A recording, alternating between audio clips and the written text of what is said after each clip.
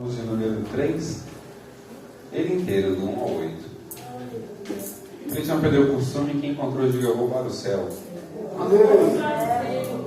Quem não encontrou, diga eu vou também, eu sou mais velho. Glória a Deus.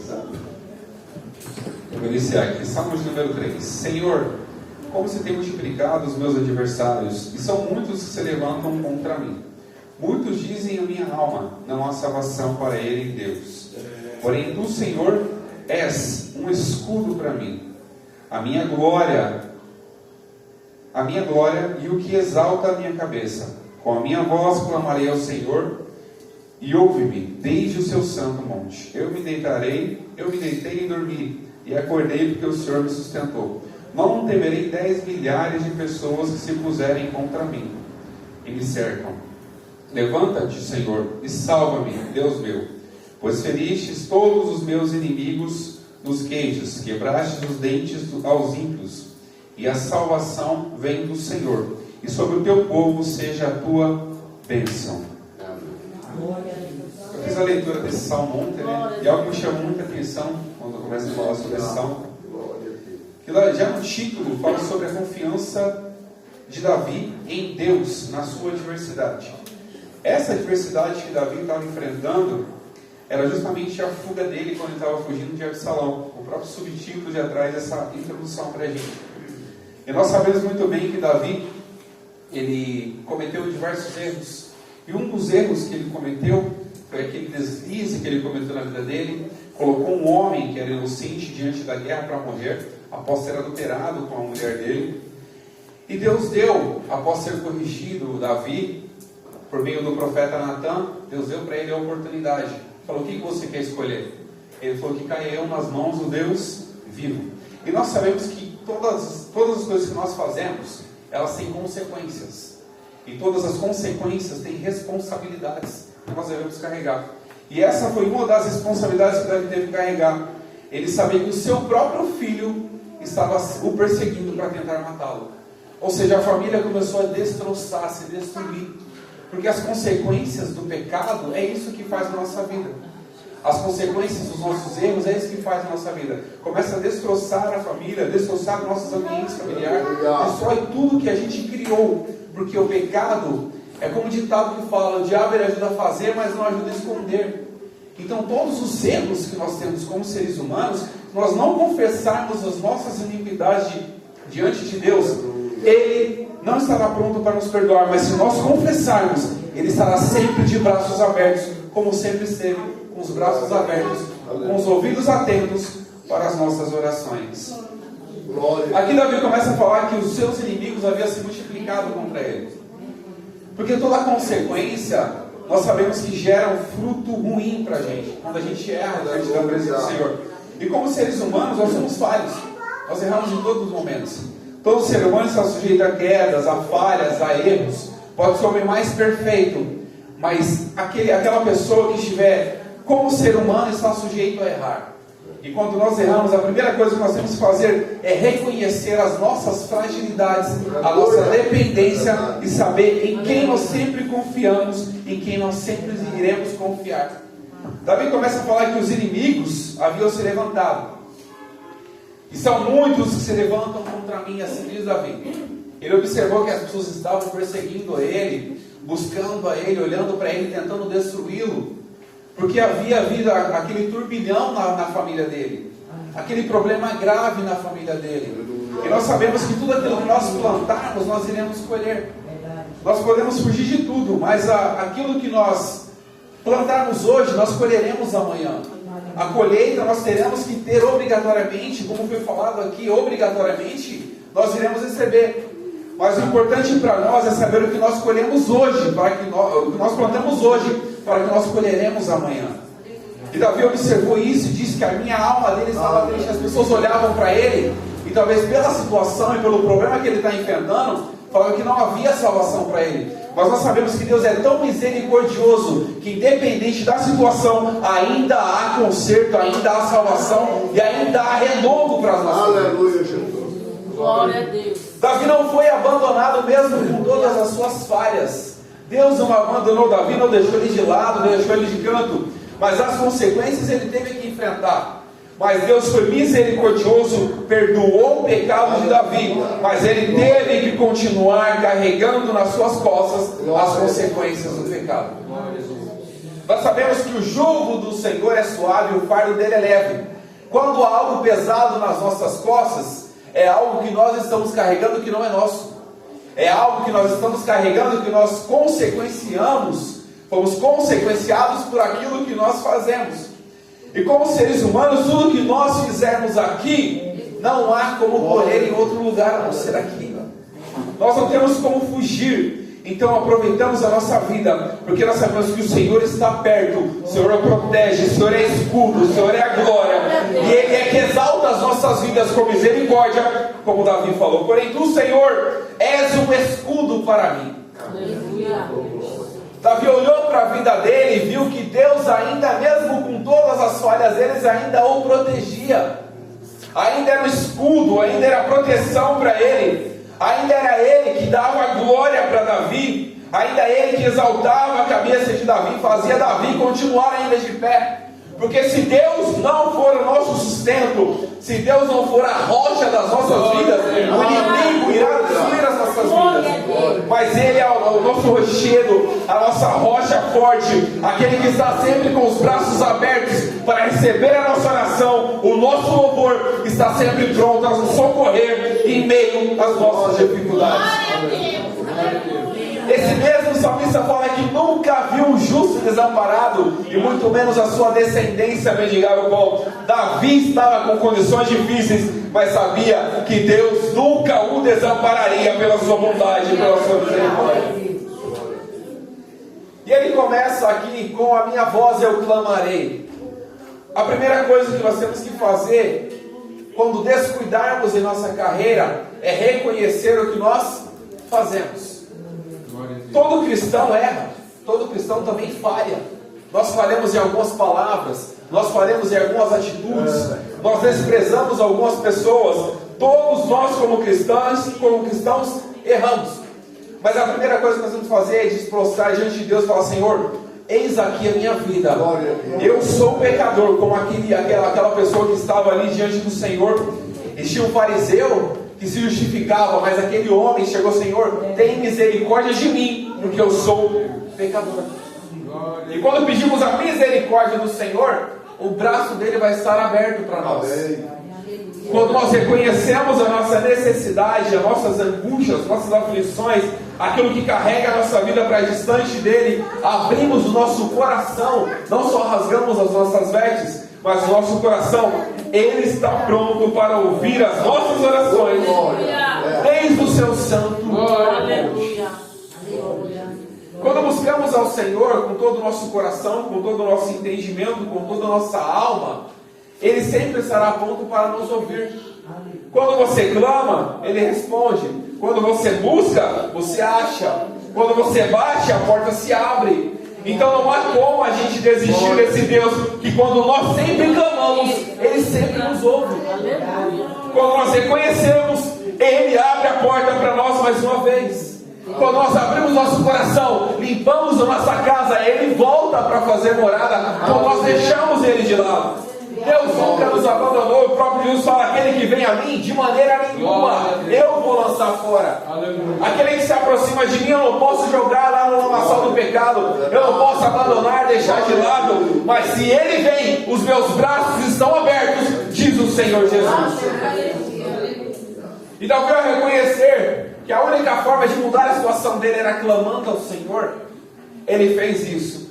E a outra coisa que ele fez, que é muito importante, que eu até comentei ontem: eu deitei e dormi e acordei, porque o Senhor me sustentou.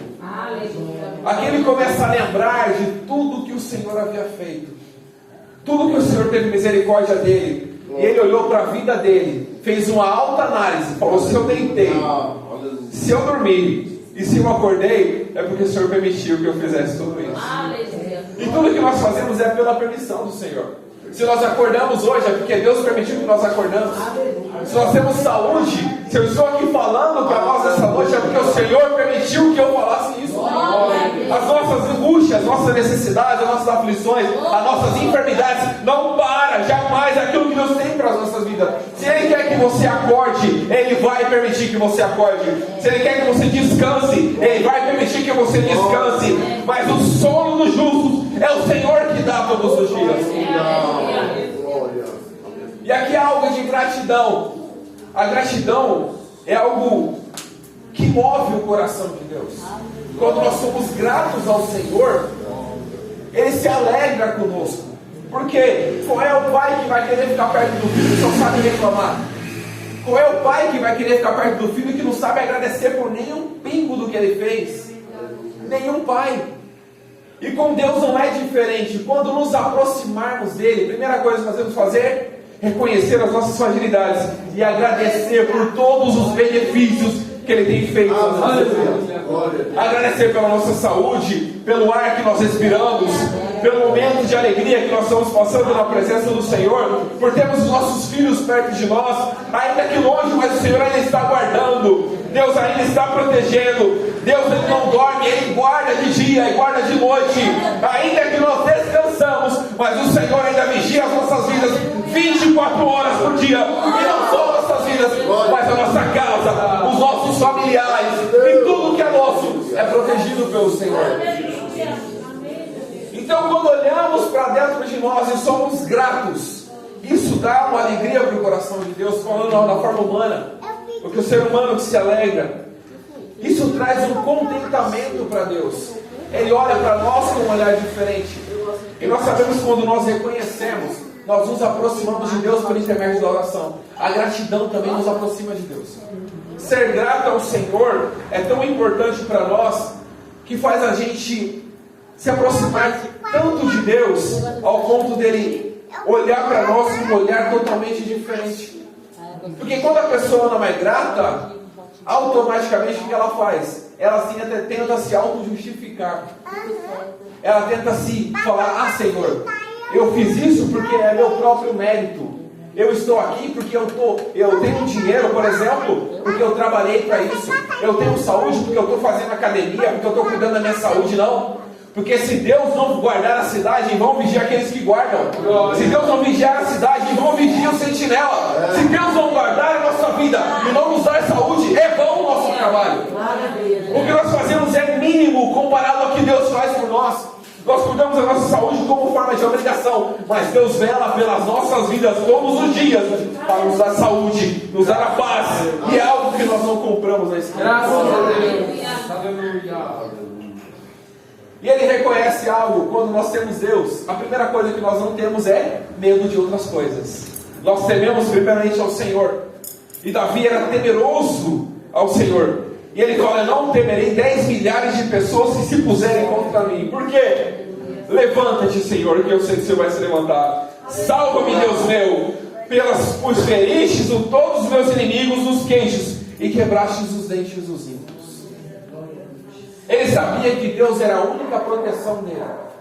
Nós podemos andar com várias seguranças, com carro blindado, mas se Deus não guardar a nossa vida, nada disso vai mudar. Nós podemos ter tudo, ter todo o dinheiro, mas se nós não tivermos a paz que é dada de graça, nada disso vale. Não adianta a gente ser livre financeiramente, ter dinheiro, mas não ter a paz que excede todo entendimento e que ainda guarda o nosso coração. E essa paz está disponível de graça para nós. Essa paz não é comprada com dinheiro, mas Jesus que dá. Ele fala: minha paz eu dou a vocês, mas eu não dou como o mundo dá. Eu dou com o coração aberto, e tem de bom ânimo e continue firme. Porque a paz de Deus, o mundo oferece de uma forma. Ele te dá uma paz passageira, te dá uma alegria momentânea, te dá algo que pode alegrar o seu coração naquele momento, mas quando você menos espera, aquilo acaba. Mas a paz que Jesus dá, ela excede todo e qualquer entendimento. Ou seja, nós vamos tentar mensurar a paz de Jesus, nós não vamos conseguir, porque ultrapassa o limite do nosso raciocínio. Mas essa paz que Ele tem dado para nós. E muitas pessoas observam a vida do cristão, como é que ele pode ter paz em meio a toda aquela turbulência, toda aquela aflição. O mundo está desabando e o cristão está ali quietinho. A gente não entende, mas essa paz que habita em nós que faz a gente termos atitudes diferentes em meio a situações adversas. É sorrir quando a dor abate o nosso coração. É sorrir quando há um luto na nossa família. É entender que Deus, Ele deu a vida, Ele também pode tirar. Deus deu a vida, Ele pode recolher. Ele pode fazer com que tudo mude. É nós entendermos isso. E ainda há reinado no nosso coração a paz. Então Davi entendia isso. Ele não temeu os inimigos, mas antes temeu a Deus e reconheceu tudo o que Deus tinha para fazer na vida dele. Aleluia. A escritura está funcionando. Glória a Deus. E nós sabemos que Jesus mesmo fala: não temais aquele que pode matar o corpo. Por quê? Mas antes temei a Deus, que além de matar o corpo, a alma ainda pode lançar no inferno. É esse que nós temos que temer, o nosso Deus. E temer não é ter medo. É diferente o termo. Não é ter medo, sair correndo, trêmulo quando Deus se aparecer diante de você. Mas é reverenciá-lo, é temer, respeitá-lo na sua grandiosidade, no seu poder, na sua autoridade, em toda a sua glória. Glória a Deus. Me faz lembrar quando João teve a visão lá em Apocalipse. A primeira coisa que aconteceu com ele depois que ele viu tudo aquilo, ele caiu sobre os seus pés. Ele se prostrou, ele reconheceu com temor a glória de Jesus nos céus.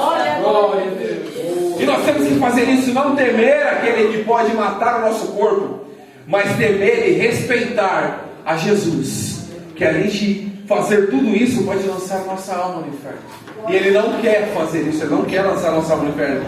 Como eu falei, Ele está com os braços abertos para abraçar aquele que vem até Ele e reconhece como seu único e suficiente Salvador. E como o salmista fala no verso 8: a salvação vem do Senhor, e a sua bênção está sobre o teu povo.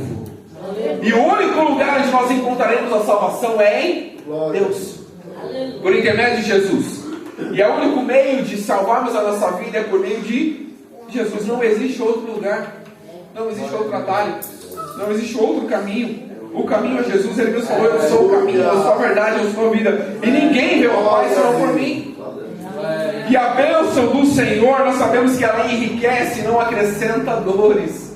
A bênção de Deus na nossa vida, como o salmista falou, que estava sobre o seu povo, ela não vai acrescentar dores. Nós não vamos ter invejas uns dos outros, nós não vamos desejar mal uns aos outros, porque a bênção de Deus é algo que enche nosso coração, e nós compartilhamos uns com os outros e crescemos cada dia mais na presença do Senhor. E é isso que o salmista fala: a salvação vem do Senhor, sobre o teu povo seja a tua bênção hoje e para sempre. E que Deus em Cristo nos abençoe, em nome de Jesus. Graças a Deus por tudo que temos ouvido da palavra.